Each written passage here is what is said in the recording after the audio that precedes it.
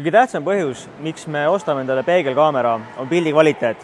Ehk siis pildi kvaliteet on parem kui kompaktkaameral, pildid on ilusamad.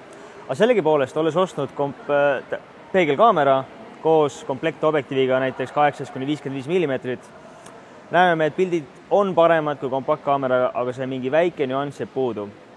Ja täna me räägimegi objektiividest, mis võiks absoluutselt igal peegelkaamera omanikul tegelikult olemas olla ja selleks on 50 mm 1,8 avaga objektiiv.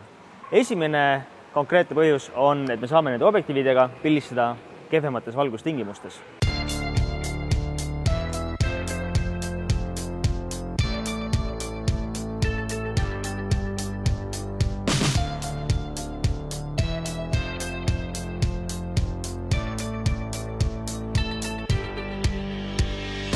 Miks siis selle objektiiviga on hämaras parem pildistada kui kompleksobjektiiviga? Põhjus on väga lihtne.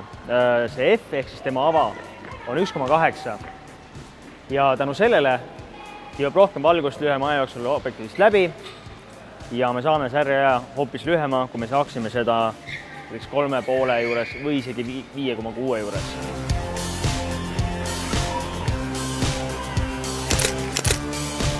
Nagu näeme, oleme saanud siin AHA keskuses, mis tegelikult on üsnagi hämar, ilusa heleda pildi ja ilma, et me oleksime pidanud ISO väga hullult tõstma, sest isegi 1,8 averus me pidime seda natukene tõstma. Aga kui meil oleks see kompleksobjektiiv, siis me oleks pidanud selle tõstma nii kõrgele, et pilt oleks tulnud juba päris mürane ja kole. Teine põhjus, miks need 50 mm objektiivid on väga head, on bokeh.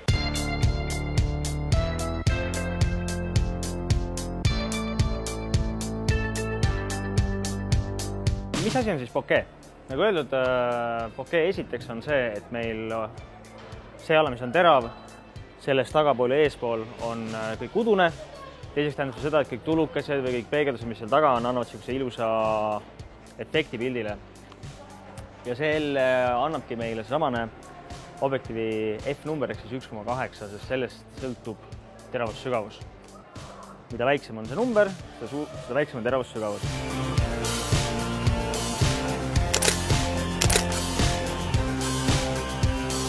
Ja kui me näeme pildilt, siis meie portreteeritav on kenasti terav, kõik, mis on temast tagapool taustaks, kuigi see on tegelikult kirju taust, kõik on udune ja tänu sellele ta ei häiri meid keskendumast just portreteeritavale. Kaamera kompleksobjektiivid, mille ava on tavaliselt 3,5 kuni 5,6, seda efekti kahjuks ei ole. Ja sellepärast ongi see samane 50 mm ava 1,8 objektiiv ideaalne näiteks portreede jaoks. Kolmas põhjus, miks fiksobjektiiv on parem kui kompleksobjektiiv, seisneb selles, et fiksobjektiivid on alati teravamad kui kompleksobjektiivid.